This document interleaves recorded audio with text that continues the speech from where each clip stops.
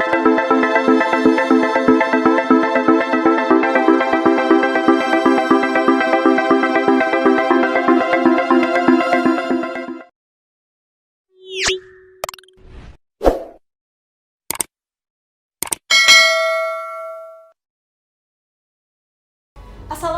warahmatullahi wabarakatuh. Salam sejahtera bagi kita semua, bagi kamu dimanapun kamu berada. Jumpa kembali bersama Kakak Nenden kali ini, yang kali ini juga ditemani oleh seseorang yang cantik jelita. Siapakah dia? Ya, kita kedatangan tamu lagi. Inilah Kak Putri Renita. Assalamualaikum, sahabat PGH semuanya. Ya, kita doakan ya Kak Putri, semoga sahabat-sahabat VGH semua Allah berikan kesehatan yang sempurna dan tentu saja kebahagiaan dalam bercinta. Masya Allah, dalam bercinta. Siapa ya cintanya ya? Ya, baiklah Kak Putri, sekarang kali ini ada satu topik tema yang kita perlu bicarakan dan diskusikan nih. Sangat menarik Kak Putri. Itu kalian Waduh, deh. Masya Allah. Itu adalah terkait dengan cinta. Apa ya? Love. Wow. Tapi kalau kelebihan atau kelebihan dosis itu namanya apa sih? Apa ya? Kelebihan cinta. Kelebihan cinta, iya. Nah, sahabat PGH tercinta, kali ini Kak Nenden dan Kak Putri bersama kita semua akan membicarakan tentang satu topik, yaitu bucin. Wow, bucin. Budak cinta. Kok kayaknya gimana banget Iya, ya ngomongnya ya. Ya, begitulah. Jadi ada peribahasa begini nih Kak Putri nih. Kalau cinta sudah melekat, sayur pare terasa coklat. Waduh, sayur pare pun rasa coklat ya Kak Nenden ya. Sayur pare. Pahit ya. Bisa jadi Pahit kan manis harusnya banget bisa ya. jadi manis banget ya. Aduh, Masya Allah, luar biasa ya pepatah ini ya. Wow, jadi memang betul Kak Putri ya, kalau sudah cinta, apapun akan dilakukan orang. Tak peduli bila dia ini mendapatkan predikat bucin. Budak cinta tadi. Iya, jadi sebenarnya apa sih bucin itu? Iya. Bucin itu kan seringkali kita temukan bahwa ada kedua pasangan yang saling mencintai satu sama lain sehingga sampai tidak memperdulikan keadaan sekitar. Ya. Dan ia rela melakukan apa saja untuk satu sama lainnya. Nah, hal itulah yang sering dinamai dengan predikat bucin. Budak cinta Iya, ya, atau singkatan dari budak cinta tadi ya. Nah, kita tanya sahabat VGH, apakah kamu salah satunya? Hayo, siapa yang mau ngaku, katakan saya. Komen nih ya. Komen ya di bawahnya nanti ya. Nanti bisa ketemu sama Kak Putri atau Kak Nenden, kita bicarakan tentang bucin tersebut. Jadi apa sih bucin itu? Kemudian ciri-cirinya apa? Sampai nanti dampak negatifnya, baik secara psikologis maupun dari aspek agama ya Kak Putri. Wah, menarik sekali kali ini. Jadi simak dan tonton terus VGH sampai selesai. Begitu ya Kak Putri ya? Bener banget Kak. Seru banget nih kita kali ini ya. Jadi sahabat VGH, yang disebutkan bucin ini ya dalam Kamus Besar Bahasa Indonesia ya Kak Putri ya, bucin ini sebenarnya tidak ada artinya sehingga hanya dikategorikan sebagai bahasa prokem nih atau bahasa istilah gaul gitu. Bahasa gaul ya, gaul lah. Makanya sekarang jadi Kakak Nenden. Wow. Saking gaulnya. Iya. Nah, di mata orang normal, tindakan para bucin itu seringkali tidak masuk akal karena ia mau saja melakukan apapun demi orang yang dicintainya, mulai dari mengorbankan hartanya hingga perasaannya sendiri. Coba. Jadi dia nggak sayang sama dirinya. Iya. Duh, luar biasa ya kalau udah sampai ke sana ya. Nah, di sini Kak Putri, sebuah penelitian ya mengungkapkan bahwa seseorang, baik itu pria ataupun wanita, kemungkinan besar menjadi budak cinta saat masa pacarannya baru berjalan kurang dari 3 bulan. Masih anget-angetnya ya kan Nenden. Trimester pertama. Kayak yang hamil aja. Iya ya kan, betul. Nenden. Iya kan, gimana tuh kan kalau ya udah trimester pertama. Dijaga Ya, banget dong dijaga pasti. banget. Ya itulah Kak Putri, betul ya.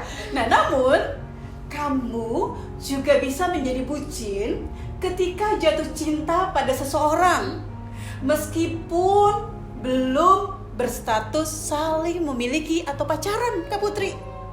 Oh, jadi kalau misalnya kita ini jatuh cinta sama seseorang nih ya, terus belum sampai jadian, nah itu juga bisa. Bisa ya? Iya, dinyatakan itu sebagai bucin.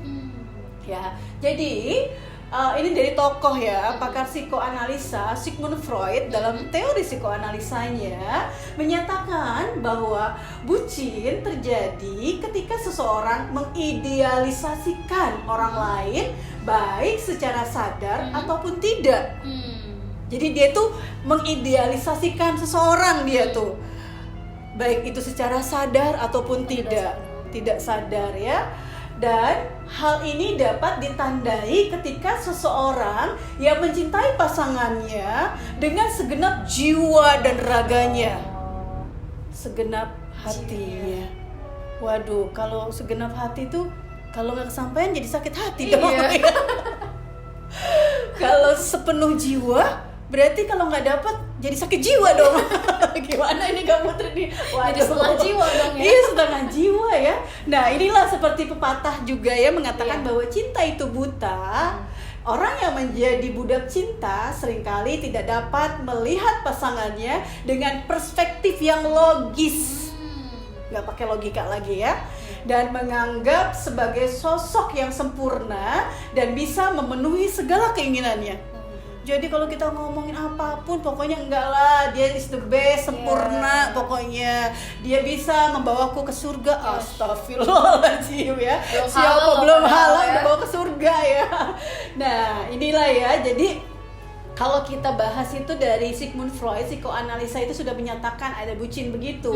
Karena ada orang yang sanggup rela melakukan apapun gitu ya untuk pasangannya meskipun dia belum halal ya. Nah, dari sudut pandang ilmu sains ya, ilmu pengetahuan sains, seseorang yang menjadi bucin itu dapat dijelaskan ke dalam 2 faktor, Kak Putri. Apa aja tuh?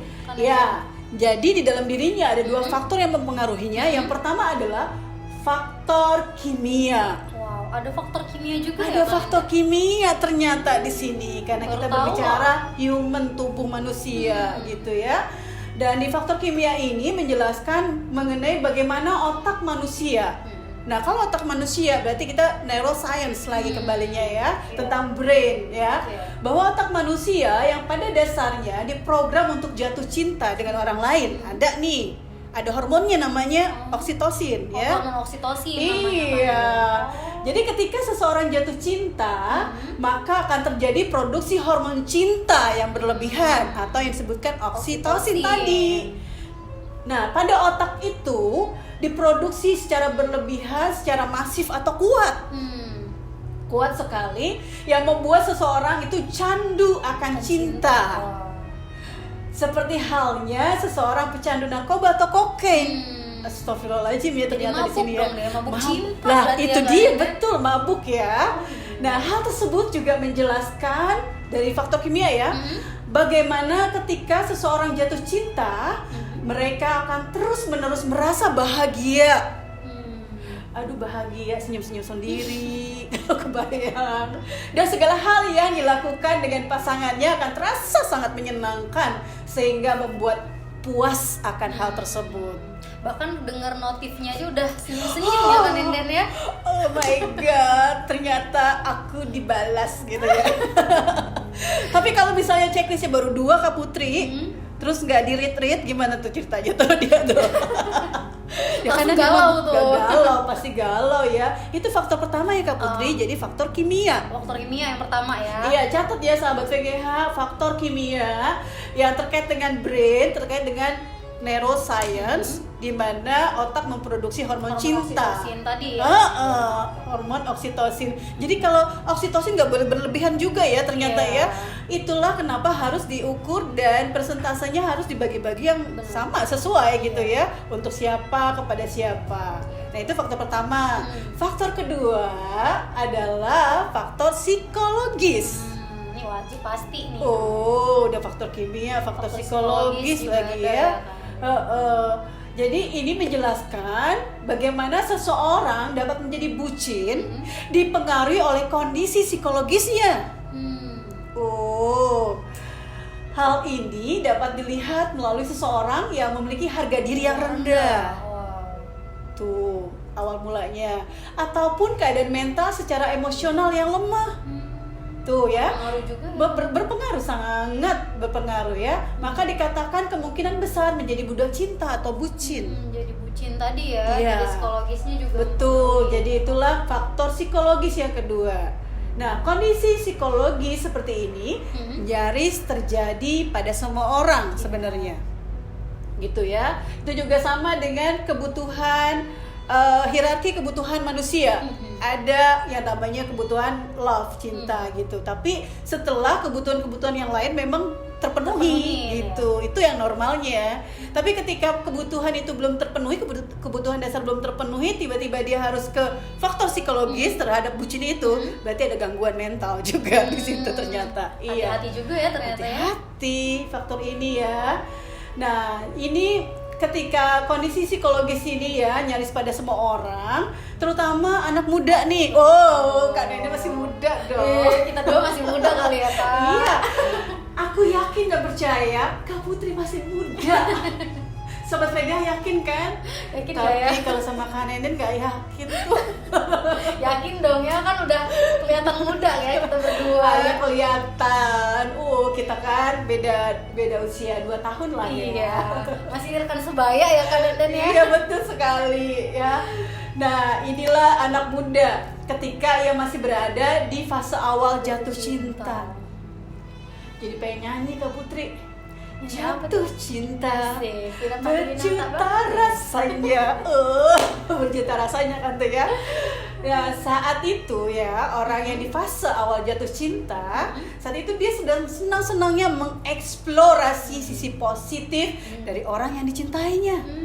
Jadi dia explore, jadi dia kepo, menjelajahi apa sih sisi positif dari orang tersebut gitu.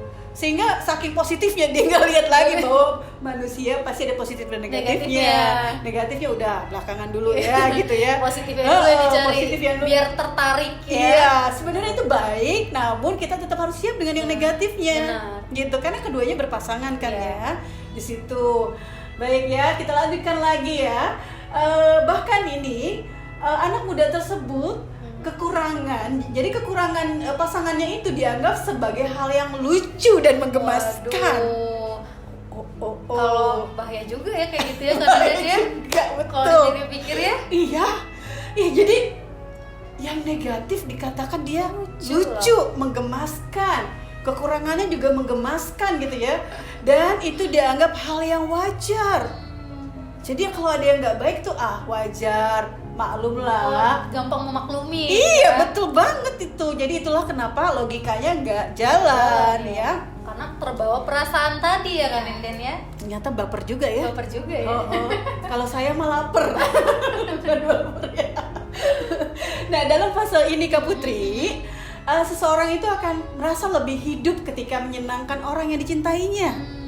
Kayaknya dia merasa kayak ada oksigen gitulah, hidup lah ya. Pokoknya kalah lah oksigen yang ada saat ini ya. Nah, sekaligus orang tersebut takut kehilangan pasangannya itu jika tidak memenuhi permintaannya. Tengah malam nganterin ke WC juga mau. Bahaya banget itu ya. Bahaya banget. Kalau rumahnya tadi nggak ada kuburan mah nggak apa-apa ya. Kalau ada kuburan gimana ya? Segala rintangan dihadapi ya. Rintangan ketemu setan dianggap ketemu artis. Dari tadinya takut jadi berani. Itu betul sekali Kak Putri ya.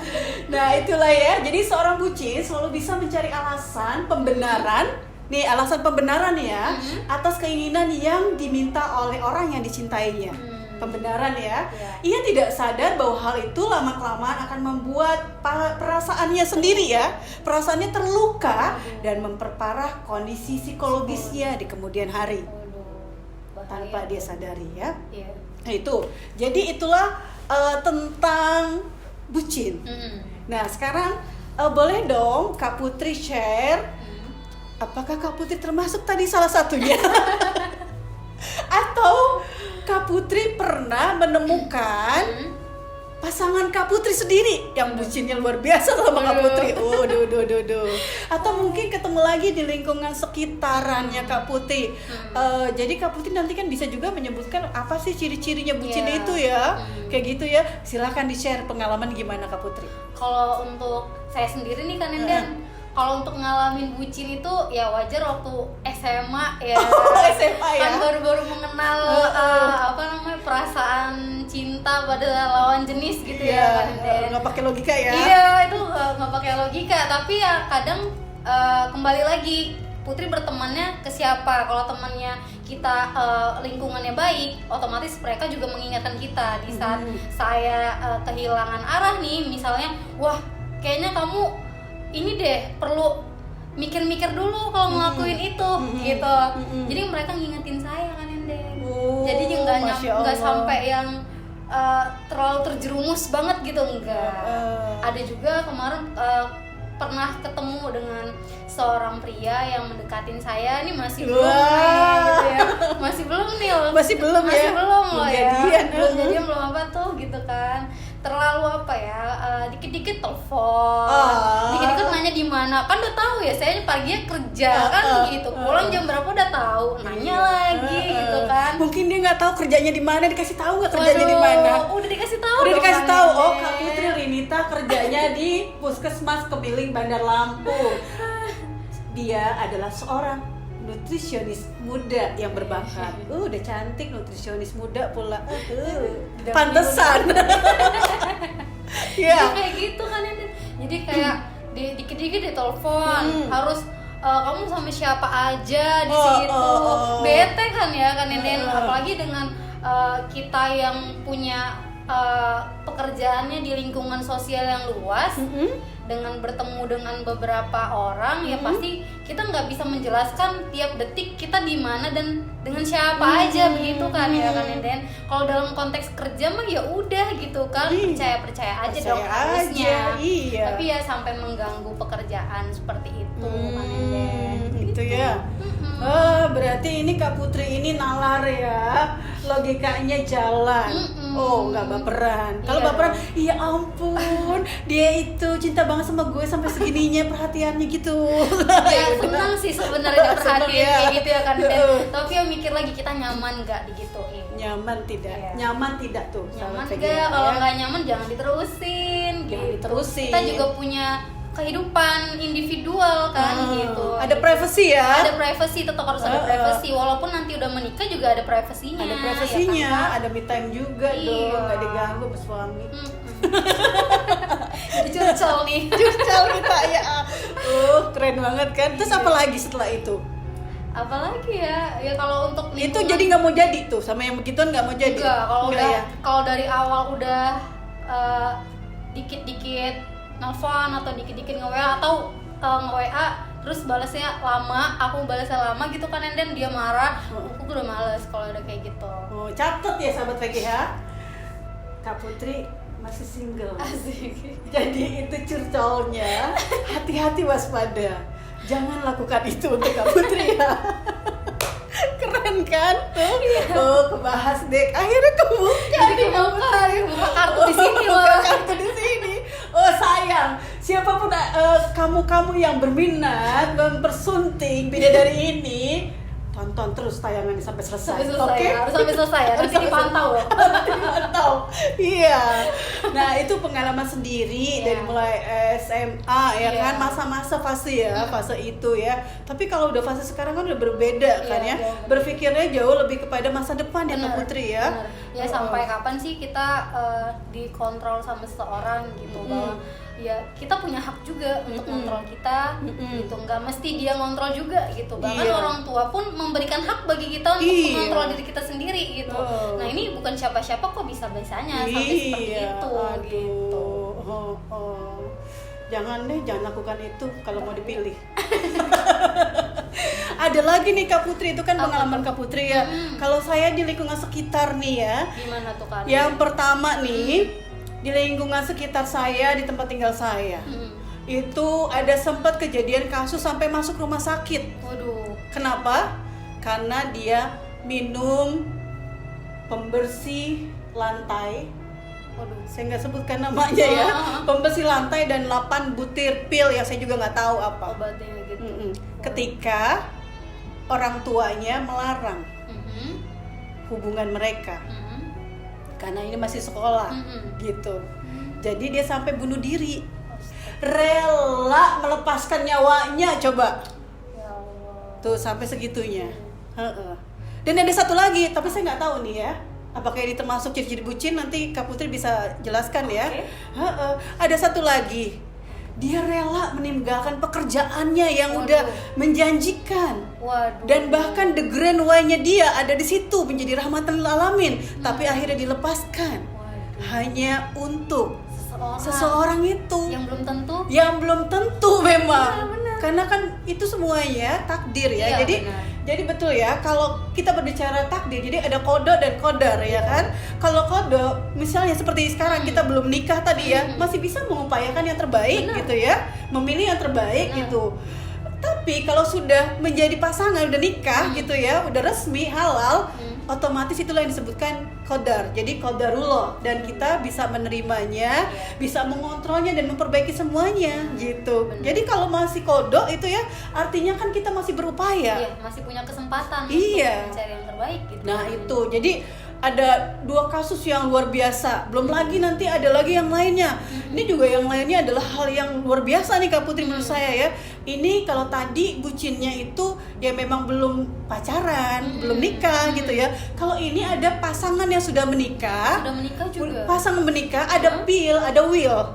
Nah, Yang saya kisahkan adalah will. iya. Bukan pil yang lain ya. Ini will ya, wanita idaman lain ya. Sampai rela juga. Ini banyak kasusnya. Dari teman-teman saya gitu ya di Jakarta, di mana kan dulu kan saya orang Jakarta. Waduh. Metropolitan. Anak Jakarta dong ya. Jakarta. Iya, jadi Kak Putri itu rela meninggalkan istrinya udah pasti. Tapi ini rela meninggalkan jabatannya, hartanya semuanya yang dia rintis dari awal. Coba, itu hanya untuk tadi gitu, pasangannya itu. Nah itulah yang luar biasa ya. Makanya kenapa akhirnya tema inilah yang diangkat, karena memang banyak yang harus memahami juga ya, dan bagaimana dirinya itu bisa membuat suatu perubahan gitu, perbaikan yang lebih bagus lagi dan mengingatkan kembali kepada tujuan hidupnya dia. Gitu ya. Nah, jadi dari itu semua nih Kak Putri ya, apa sih ciri-ciri bucin itu Kak Putri? Nah, ciri-ciri bucin itu ada nih Kak, tapi ini bisa itu pasangan ataupun baik pacar maupun gebetan nih ya Kak. Jadi kayak seorang bucin itu akan rela nih melakukan apa aja untuk pacarnya nih ataupun gebetannya tersebut gitu. Seperti ngajak nonton, antar jemput, yang paling sering nih antar jemput. Takut banget kesenggol gitu kan, Senggol takut ojek jatuh online. iya. Dan kemudian ada sering naktir makanan, sampai bahkan sampai yang membelikan barang tuh, sampai udah kayak gitu. Dan masih banyak lagi yang dilakukannya untuk mendapatkan hati si pasangannya. Hati ya. Iya, dapetin hatinya. Apalagi ketika mereka itu masih dalam tahap awal hubungan nih, si pasangan itu akan melakukan segala hal untuk mendapatkan hati pujaannya. Sekalipun harus meninggalkan pekerjaannya loh Oh Kak my Nenden. god. Wah, itu udah titik yang paling tinggi banget ya Kak Nenden ya, kalau udah sampai meninggalkan pekerjaannya. Iya, is. Ya ampun. Iya itu ya cirinya yang pertama yang ya. pertama tuh yang tadi. Baru ada yang kedua nih ciri-cirinya. Seringkali sulit untuk diajak ketemu. ketemu sama siapa? Sama Bukan siapa? ketemu sama pasangannya dong, yang itu mau pasti. banget tiap hari. Iya, mau ya. jadi ciri yang kedua itu seringkali sulit untuk diajak ketemu dengan orang di lingkungan sekitar yang lain. Oh, gitu ya. Oh, iya, dia pasti sering sekali sulit untuk meluangkan waktunya untuk teman-temannya yang lain. Nah, hal ini ada hubungannya dengan rela melakukan apa saja untuk pasangannya. Oh. Nah, dikarenakan dia sibuk nih memenuhi kebutuhan si pasangannya, dia juga menjadi sibuk dengan urusannya dan melupakan teman-temannya itu. Ya, jadi dia banyak dimusuhin teman-teman juga dong. Iya, pasti bakal dijauhin deh tuh. Ya Hmm. karena temannya teman soulmate-nya juga dong jadinya temannya. Iya, bener ya. Gitu. Hal ini juga dapat menjadi masalah nih Kak Nendeng, karena dimana seringkali mereka juga tidak diizinkan untuk bertemu dengan teman oleh pasangannya dengan berbagai alasan. Misalnya contohnya mereka lebih sering sekali memilih untuk mereject telepon temannya. Takut dia marah. Iya, gitu kan. Iya. Terus Ya. ada lagi karena ya dilarang itu kan, atau karena takut pasangannya nggak senang gitu pas dia nge-reject. Dan Iya. masih banyak lagi deh ciri lainnya yang tentunya sahabat bisa temuin di lingkungan sekitar. Oh. Itu salah satunya nge-reject tuh, lagi pacaran jangan ganggu lah gitu kan, nge-reject gitu. Mending kalau pacaran. Iya. Kalau pas lagi ada deketan doang, belum Aduh, jadian, gimana ya? udah direject kok. Aduh, sakit hati Sedih banget. banget Akhirnya ya temen nggak dapet, temennya. dia juga nggak dapet ya. Is, jangan sampai deh kita kayak gitu juga Jangan ya. sampai deh. Jangan deh, masa depan kita lebih bagus lagi. Iya. Dan ingat tadi ya, karena kode itu artinya masih bisa diupayakan yang terbaik. Barangkali ketika dituliskan sama Allah, Tuhan semesta alam, jodoh kita siapa, tapi itu justru kita menolak itu. Karena kita sibuk saja fokus ngejar yang satu ini. Barangkali jodohnya ada lagi yang Ada lain. lagi yang lain. Iya. Iya kan gitu kan, barangkali ya. Nah, betul Kak Putri ya. Jadi itu tadi ya ciri-ciri yang jelas banget ya. Tapi memang masih banyak lagi ciri-ciri yang Masih lain banyak, ya. salah duanya ya, salah duanya itu kan. Iya, pokoknya itu yang sangat menonjol ya. Iya. Ketika kita nyatakan orang itu bucin ya. Itu ciri-cirinya ya. Iya. Rela dah pokoknya ya. Rela. Pokoknya kan dari tadi tuh udah nyebutin rela melakukan apa saja, itu aja. Iya, kuncinya. itu aja kuncinya. Iya. Tuh, kuncinya cetrek buka. Nah, sekarang nih Kak Putri ya. Ada dampak negatifnya tuh dari bucin. Ada juga ya kan Nendeng? Ada. Pasti ada sih ya. Pasti ada, karena tuh kan kalau kita memandang itu perspektifnya jangan hanya dari satu sisi ya. Jangan dari satu sisi seseorang yang telah jatuh cinta, Iya. tapi sisi yang lain juga gitu, yang akibat atau dampak buruknya ada nggak sih gitu kan. Makanya tuh tadi ketika kita merenung dan akhirnya menyatakan sesuatu yang rasional, logika kita udah jalan lagi, nalar kita udah bisa bekerja lagi gitu ya. Nah sahabat VGH ya, kalau menjadi seorang bucin sendiri sering kali nih ya datang dengan konsekuensi yang akan diterima oleh orang tersebut. Jadi konsekuensinya tuh ya. Nah dampak negatif tersebut ini yang pertama nih Kak Putri ya, mendapatkan kritik dari orang sekitar.